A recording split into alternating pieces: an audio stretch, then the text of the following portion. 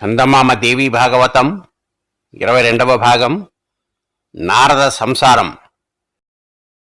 ఒకసారి నారదుడు సంచారం చేస్తూ వ్యాసుడి ఆశ్రమానికి వచ్చాడు.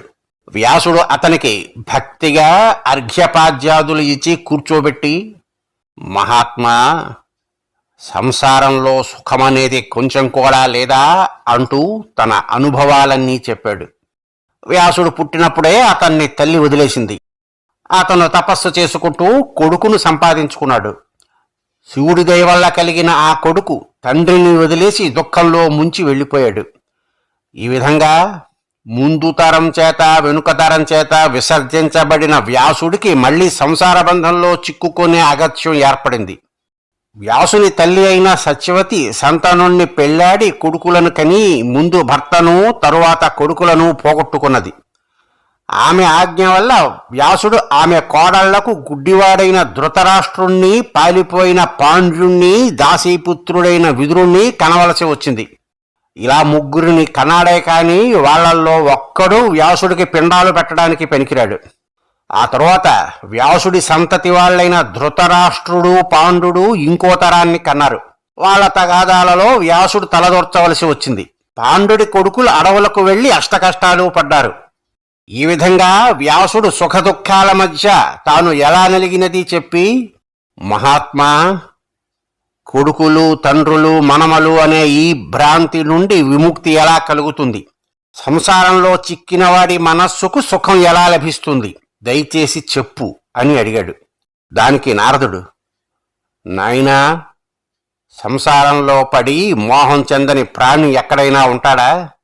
హరిహర బ్రహ్మాదులు సైతం మోహంలో పడి నేను గొప్ప జ్ఞానినని నన్ను మెచ్చుకుంటారు. కానీ అది నిజం కాదు. ఒకప్పుడు నేను మోహంలో పడి భార్య కోసం ఎటువంటి పాట్లు పడ్డానో చెబుతాను విను అంటూ తన కథ వ్యాసుడికి ఇలా చెప్పసాగాడు. ఒకనాడు నారదుడు, పర్వతుడు భూలోక సంచారం చేస్తూ పుణ్యక్షేత్రాలు, ఋష్యాశ్రమాలు చూస్తూ తమలో తాము ఒక నియమం ఏర్పాటు చేసుకున్నారు. అదేమిటంటే, ఒకరి ఆలోచనలు ఇంకొకరి దగ్గర దాచకుండా చెప్పేయాలి. వాళ్ళు అలా సంచారం చేస్తూ ఉండగా ఎండాకాలం అంతమై చాతుర్మాస్యం అనగా వానాకాలం వచ్చింది. చాతుర్మాస్యం జరపటానికి ఏదో ఒక చోట ఉండిపోవాలి. వాళ్లకు సంజయుడు అనే రాజు ఉండే నగరం అందుకు దొరికింది. వాళ్ళు రాజుగారి ఇంటనే బస ఏర్పాటు చేసుకున్నారు. వానలు కురిసే ఆ 4 మాసాలు సంచారానికి పనికిరావు. రాజుగారి ఇంట వాళ్ళు సుఖంగా ఉంటూ వచ్చారు. రాజుగారి కూతురు మదయంతి స్వయంగా వాళ్లకు పరిచర్యలు చేయసాగింది. వాళ్ళు స్నానం చెయ్యటానికి, భోజనాలకు, పడుకోవటానికి ఆమె చక్కని ఏర్పాట్లు ఎంతో శ్రద్ధగా ఇద్దరి మధ్య పక్షపాతం ఏమాత్రమూ లేకుండా చేస్తూ వచ్చింది.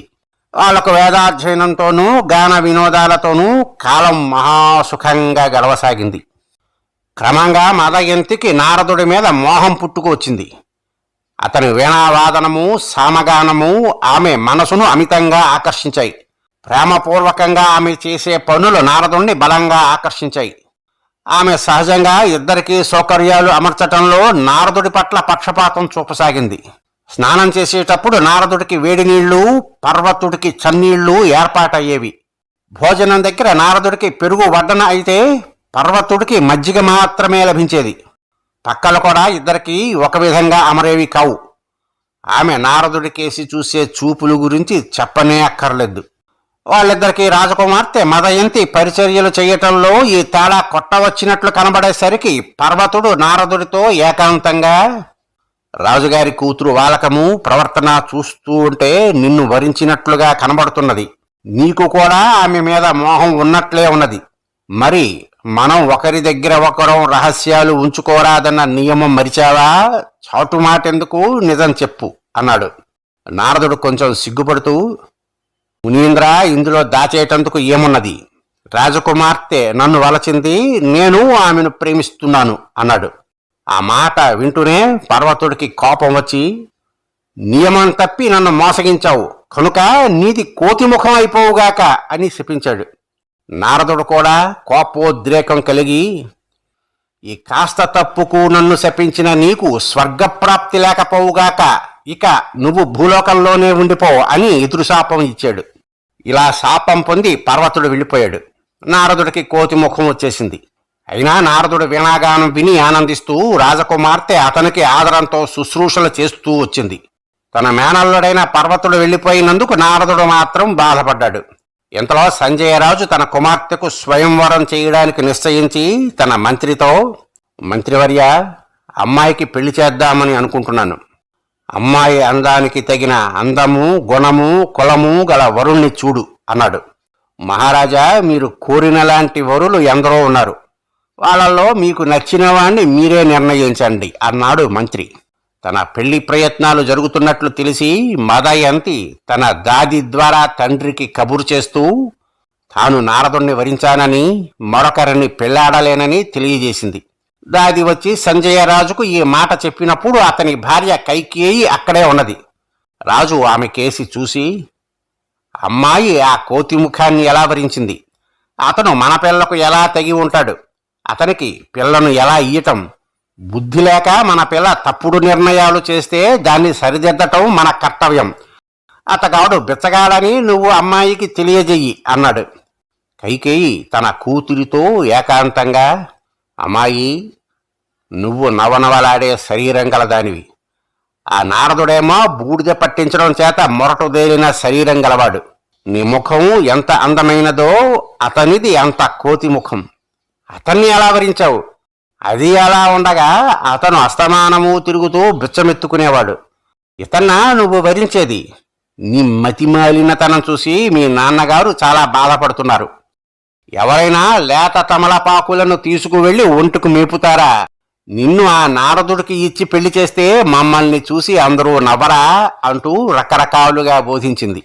అమ్మా, మనిషి సొంట అయితే మోహము ముక్కు బాగుండి రాజ్యము ధనము ఉండి ఏం లాభం? ఈ నారదుడి వంటి సంగీత ప్రవీణుడికి మోహము, రాజ్యము, ధనము, అందము ఎందుకు? ఇతని గానానికి లేళ్లు పరవశం చెందుతాయి. ఇతనిలాంటి గాయకుడు 3 లోకాలలోనూ మరొకడు లేడు. రసజ్ఞత లేని వాణ్ణి కట్టుకున్న దానికి ప్రతిక్షణము చావే. రసజ్ఞుడికి భార్య అయితే జీవితమంతా ఆనందమే. స్వరజ్ఞానం గలవాడు మామూలు మనిషి అయినా దేవతలతో సమానుడే. పశువులను కూడా ఆనందంలో ఓలలాడించే సంగీతం వినటం విషయంలో పెద్దలు అనాదరణ చూపిస్తే వాళ్ళ జన్మ ఏం జన్మ? నారదుడి శక్తి నాన్నకు తెలియదు. శాపం తగిలి అతనికి వానర ముఖం రాక మునుపు నుండి నేను అతన్ని ప్రేమించాను. కోతి ముఖం వచ్చినా అతను నా ప్రియుడై. కిన్నరుల ముఖాలు గుర్రం ముఖాలు. అందుచేత వారి గానాన్ని ఆదరించని వాళ్ళు ఎవరైనా ఉంటారా? విద్య లేకపోయాక ముఖం దేనికి? అతన్ని తప్ప నవమన్మధుడు వచ్చినా నేను పెళ్లాడను. నన్ను అతనికి ఇచ్చి పెళ్లి చేయించు, అందుకు నాన్నను ఒప్పించు అన్నది. కైకేయి తన భర్త వద్దకు వెళ్ళి తన కూతురు నిశ్చయాన్ని తెలిపింది. రాజు మరి ఏ అభ్యంతరము చెప్పకుండా పెళ్లి ప్రయత్నాలు చేసి నారదుడికి మదయంతిని ఇచ్చి పెళ్లి చేసేశాడు. నారదుడు మామగారి ఇంటనే ఉండిపోయాడు. భార్య తన వద్దకు వచ్చినప్పుడల్లా అతను తన కోతి ముఖం తలుచుకుని అమితంగా బాధపడేవాడు. కాని మదయంతి ఆ విషయంలో ఏమాత్రమూ బాధపడేది కాదు. కొంతకాలం గడిచింది. ఈ లోపల పర్వతుడు ఎన్నో చోట్లు తిరిగి నారదుణ్ణి చూడటానికి వచ్చి తన మేనమామ ముఖం చూసి జాలిపడి, రాజకుమార్తె కోసం నా శాపాన్ని ఉపసంహరించుకుంటున్నాను, నీ ముఖం యథాపూర్వం ఉండుగాక అన్నాడు. నేను కూడా నిన్ను దుర్బుద్ధితో శపించాను. నువ్వు మామూలు ప్రకారం స్వర్గానికి వెళ్ళు అన్నాడు నారదుడు పర్వతుడితో. పర్వతుడు సంతోషించి వెళ్ళిపోయాడు. నారదుడిలో మార్పుకు ఎంతో ఆనందం పొందిన రాజకుమార్తె తన తల్లి దగ్గరకు వెళ్ళి తన భర్త ముఖం మళ్లీ అందంగా మారినట్లు చెప్పింది. ఆమె ఈ మాటను రాజుతో చెప్పింది. రాజు కూడా సంతోషించాడు.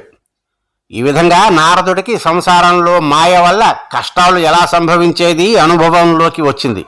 అతను వ్యాసుడికి తన అనుభవం మరొకటి కూడా చెప్పాడు. ఒకసారి నారదుడు శ్వేతద్వీపంలో విష్ణువును చూడబోయాడు. లక్ష్మీదేవి నారదుడిని చూడగానే చప్పున లోపలకు వెళ్ళిపోయింది. ఇందుకు నారదుడు కొంచెం నుచ్చుకుని విష్ణువుతో, నేను ఏమైనా వెటగాడినా దుర్మార్గుడినా? తపస్విని, ఇంద్రియాలను జయించిన వాడి నేను. అలాంటప్పుడు నీ భార్య నన్ను చూడగానే చప్పున లోపలకు వెళ్ళిపోయింది కదా, ఇదేమన్నా మర్యాదగా ఉన్నదా అన్నాడు. అతిశయపూర్వకంగా నారదుడు ఇలా మాట్లాడినందుకు విష్ణువు కోపగించుకోక, భర్త కాక ఏ ఇతర పురుషుడి సాన్నిధ్యంలోనూ ఉండకపోవటం స్త్రీ ధర్మం. ఎంతటి వాళ్ళైనా ఇంద్రియాలకు అతీతులు కాకుండా ఉండలేరు గదా. ఎంతటి మహామునులకు అది సాధ్యం కాదు. మా త్రిమూర్తులం కూడా మాయకు లోబడిన వాళ్ళమే అన్నాడు. నారదుడు ఆశ్చర్యపోయి, మాయ ఎలాంటిది, దాని బలం ఎటువంటిది అని అడిగాడు. నా వెంట వచ్చావంటే నీకు మాయ కనపడేలాగా చేస్తాను.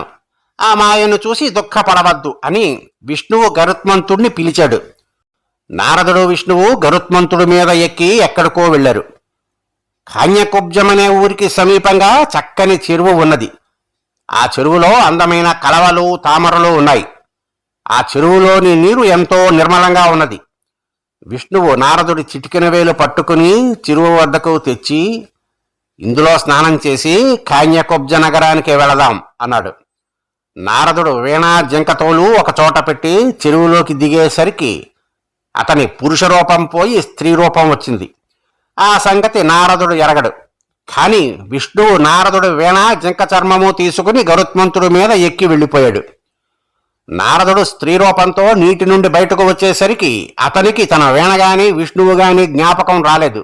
ఇంతలో రథం మీద తాళధ్వజుడు అనే రాజు ఏనుగులను, గుర్రాలను, భటులను వెంటబెట్టుకుని వచ్చి నారదుడికేసి ఆసక్తితో చూసి, నువ్వు నదీ సుందరివా, దేవసుందరివా, నాగసుందరివా, ఇక్కడ ఒంటరిగా ఎందుకు ఉన్నావు అని అడిగాడు. అతను ఆ స్త్రీని ప్రేమించి పెళ్లాడతానన్నాడు. స్త్రీగా ఉన్న నారదుడు అందుకు సమ్మతించాడు. ఇద్దరూ నగరానికి వెళ్ళి అక్కడ పెళ్లి చేసుకున్నారు. నారదుడిలో పురుషభావం గాని బ్రహ్మజ్ఞానం గాని కొంచెం కూడా మిగలలేదు. తనకు సాటి రాగల స్త్రీలే లేరన్న గర్వం కూడా వచ్చింది. నారదుడు 12 ఏళ్లు కాపురం చేశాక గర్భం కలిగింది. తరువాత కొడుకు పుట్టాడు. వాడికి వీరవర్మ అని పేరు పెట్టారు. తరువాత వరుసగా కొడుకులు పుట్టుకు రాసాగారు. నారదుడు ఆ స్త్రీ రూపంలో 12 మంది కొడుకులను కన్నాడు. కొడుకులు పెద్దవాళ్లై పెళ్లిళ్లు చేసుకుని తాము కూడా పిల్లల్ని కన్నారు. వంశం విస్తరించింది. కొంతకాలానికి కాన్యకుబ్జ నగరం మీదకు శత్రువులు యుద్ధానికి వచ్చారు. ఆ యుద్ధంలో నారదుడు కన్న కొడుకులు వాళ్ళ కొడుకులు చచ్చారు. నారదుడికి తేరని గర్భశోకం సంప్రాప్తమయ్యింది. ఆ సమయంలో విష్ణువు మొసలి బ్రాహ్మణుడి రూపంలో వచ్చి, ఎవరు కొడుకులు ఎవరు నువ్వు కాలవసాన అన్నీ అవుతాయి, ముందు స్నానం చేసి తర్పణాలు విడిచిపెట్టు అని చెప్పాడు. అతను నారదుణ్ణి తన వెంట పురుషతీర్థం అనే సరస్సుకు తీసుకువెళ్ళి అందులో స్నానం చెయ్యమన్నాడు. అందులో మునగగానే నారదుడి స్త్రీ రూపం పోయి పురుష రూపం వచ్చింది. ఒడ్డున తన వీణను జింక చర్మాన్ని పట్టుకుని విష్ణువు కనిపించి, ఎంతసేపు నారదా వచ్చెయ్యి అన్నాడు. నారదుడు బయటకు వచ్చి స్త్రీగా తన జీవితాన్ని మర్చిపోయాడు. కాని తాళధ్వజుడు మాత్రం తన భార్య మగవాడైపోయినందుకు ఎంతో దుఃఖించాడు. విష్ణువు ఆ రాజుకు వేదాంతం బోధించి పంపేశాడు. మాయ చేతిలో మనిషి ఎలాంటి కీలుబొమ్మ అయినది నారదుడికి తెలిసి వచ్చింది. స్వస్తి.